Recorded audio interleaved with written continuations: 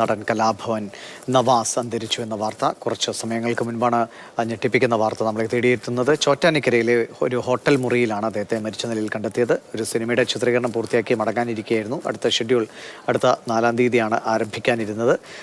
അദ്ദേഹം ചെക്കൗട്ടായി വരാത്തതിനെ തുടർന്ന് ഹോട്ടൽ മുറിയിലേക്ക് എത്തി പരിശോധിക്കുമ്പോഴാണ് അദ്ദേഹത്തെ കുഴഞ്ഞു വീണ് കിടക്കുന്ന നിലയിൽ കണ്ടെത്തിയത്. ഉടനെ തന്നെ തൊട്ടടുത്ത മീറ്ററുകൾ മാത്രം അപ്പുറമുള്ള ആശുപത്രിയിലേക്ക് എത്തിച്ചുവെങ്കിലും അപ്പോഴേക്കും മരണം സംഭവിച്ചിരുന്നുവെന്നാണ് മനസ്സിലാക്കുന്നത്. കഴിഞ്ഞത് ഇപ്പോൾ സിനിമാ രംഗത്തെ പ്രധാനപ്പെട്ടവരെല്ലാം, പ്രത്യേകിച്ചും കലാഭവൻ നവാസ് നമുക്കറിയാം മിമിക്രിയിലൂടെ സിനിമാ രംഗത്തെത്തിയതാണ്. ഒട്ടേറെ സൗഹൃദങ്ങളുള്ള ആളാണ്.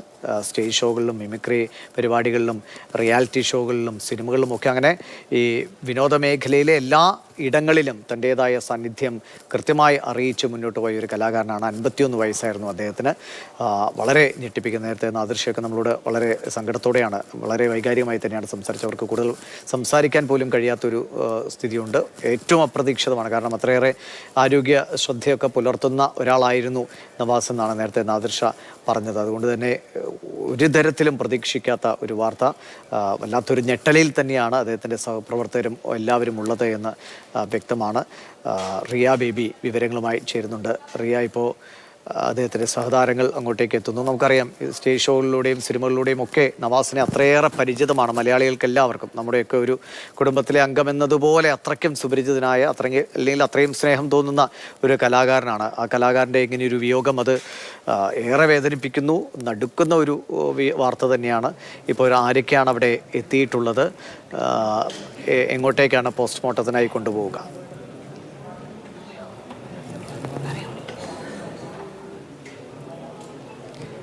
ദിവേഷ്, കലാഭവൻ നവാസിൻ്റെ ബന്ധുക്കൾ അല്പസമയത്തിനകം ഈ ചോറ്റാനിക്കരയിൽ ആശുപത്രിയിലേക്ക് എത്തുമെന്നാണ് അറിയിച്ചിരിക്കുന്നത്.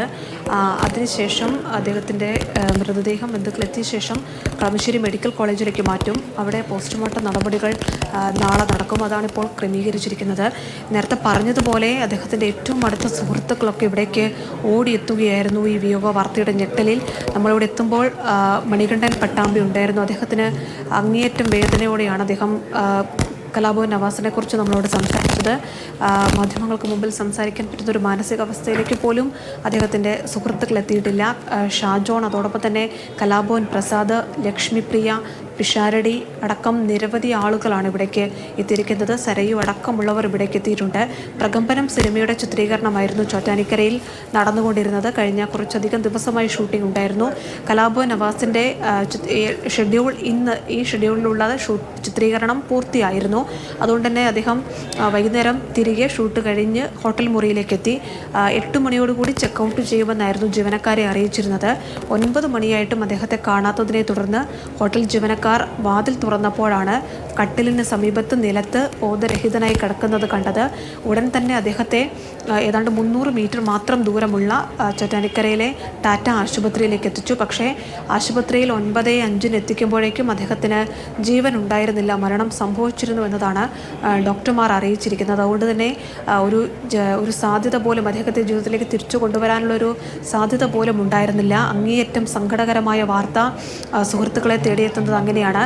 ഈ ഹോട്ടലിലെ ആളുകൾ പറയുന്നത്, അദ്ദേഹത്തിൻ്റെ പോലീസ് അടക്കം പറയുന്നത്, ഈ കട്ടിലിൽ അദ്ദേഹം വന്ന് ഫ്രഷ് ആവാൻ വേണ്ടി തയ്യാറെടുക്കുന്നതിനായി തോർത്തും സോപ്പും അടക്കമുള്ള വസ്ത്രങ്ങളടക്കം വെച്ചിരുന്നു എന്നുള്ളതാണ്. അപ്പോൾ ഈ ചിത്രീകരണം കഴിഞ്ഞ് ഹോട്ടൽ മുറിയിലേക്ക് എത്തി ഏതാനും സമയത്തിന് ശേഷം തന്നെ ഇത് സംഭവിച്ചിട്ടുണ്ടാകാം എന്നൊരു നിഗമനം പോലീസിനുണ്ട്. ഹൃദയാഘാതമായിരിക്കാം എന്നൊരു നിഗമനമാണ് പോലീസിലുള്ളത്.